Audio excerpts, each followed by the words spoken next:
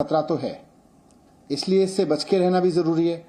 और बच के रहने का सबसे बढ़िया तरीका है कि हम पूरी तरह से सेफ्टी रखें, हमेशा मास्क लगाएं बाहर निकलें तो, और जब भी भीड़ भाड़ में रहें तो मास्क लगा के रहें। होम आइसोलेशन इसका सबसे बढ़िया सॉल्यूशन है कि अगर किसी को कोविड हो जाता है और कोई सिम्टम नहीं है तो सारे एक्सपर्ट्स का ये मानना है कि होम आइसोलेशन ही रहना चाहिए।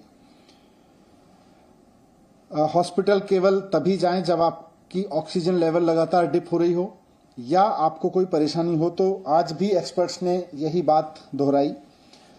लेकिन बढ़ते हुए केसेस को देखते हुए सरकार भी इस बात को लेकर चिंतित है कि ये बहुत तेजी से ना फैले।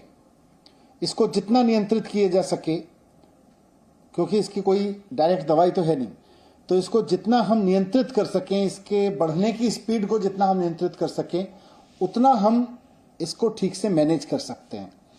तो इसलिए आज डीडीएमए की बैठक में सरकार ने कुछ फैसले लिए। उसमें सबसे इम्पोर्टेंट है कि दिल्ली में सैटरडे और संडे को यानी वीकेंड्स पर अब कर्फ्यू रहेगा। तो लोगों से अपील है कि कर्फ्यू के दौरान बाहर ना निकलें। बहुत ज़रूरी होने पर हॉस्पिटल या कोई बहुत एसेंशियल ज़रूरत पर ही बाहर निकलें, लेकिन सैटरडे संडे को कर्फ्यू का पालन करें, घर में रहें, वर्क फ्रॉम होम करें या परिवार के साथ बैठें। दूसरा, केसेस ना बढ़ें, इसलिए ये भी फैसला लिया गया कि जितने भी गवर्नमेंट ऑफिसेज हैं उनमें एसेंशियल सर्विस वाले ऑफिसेज को छोड़कर सबको अभी दफ्तर आने से मना किया जाएगा और केवल ऑनलाइन या वर्क फ्रॉम होम कराया जाएगा। तो government offices work from home mode पे रहेंगे या ऑनलाइन मोड पे रहेंगे। प्राइवेट ऑफिसेज को 50% अलाउ किया जाएगा, वो 50% कैपेसिटी ऑफलाइन रखें और 50% ऑनलाइन या वर्क फ्रॉम होम रखें। एक और समस्या अभी पिछले दिनों में आ रही थी कि जो हमारे बस स्टॉप्स हैं दिल्ली में, लोग क्योंकि किसी न किसी काम से बाहर निकल ही रहे हैं, तो जो बस अड्डे हैं, बस स्टॉप्स हैं, बस स्टैंड हैं छोटे छोटे, और जो मेट्रो के स्टेशंस हैं, वो सुपर स्प्रेडर बनने का खतरा आ रहा था, क्योंकि आधी संख्या कर दी गई थी मेट्रो में कैपेसिटी की और साथ साथ बसेस में भी कैपेसिटी की, वो आधी कर दी गई थी संख्या। और उसकी वजह से मेट्रो स्टेशंस पर बहुत लंबी लंबी लाइनें लग रही थी, बस स्टॉप्स पर बहुत लंबी लंबी लाइन लग रही थी, वहां भीड़ हो रही थी, कई जगह भीड़ अनियंत्रित भी हुई।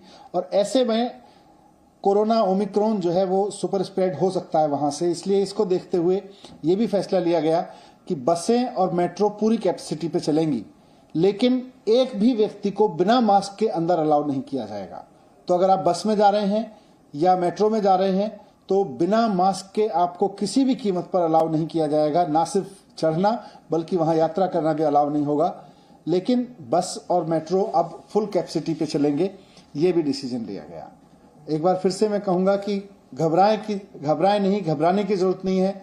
मास्क को एक हथियार बनाएं, साथ साथ बहुत जरूरी हो तभी घर से बाहर निकलें, और जब निकलें तो अगर मेट्रो या ट्रेन से बस से जा रहे हैं तो उसमें भी ध्यान रखें कि मास्क लगा के चलेंगे।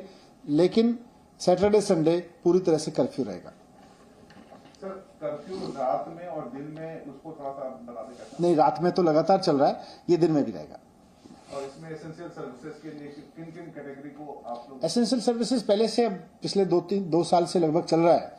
तो खाने से लेके और मेडिकल से लेके और पुलिस और इस तरह की जितनी भी चीजें हैं एसेंशियल सर्विस में, इमरजेंसी सर्विसेज में, फूड आइटम, सब्जी और ये सब को नहीं रोका जाएगा। तो मेट्रो और बस के सुपर स्प्रेड बनने का खतरा है, लेकिन पूरी क्षमता के साथ चलेंगी बस और मेट्रो।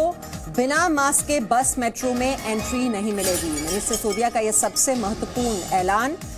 मेट्रो बसों के सुपर स्प्रेडर बनने का खतरा, लेकिन मास्क का इस्तेमाल करें जब भी आपको बस या मेट्रो में एंट्री करनी। Presenting B News app available on Google Play and App Store. Download it now.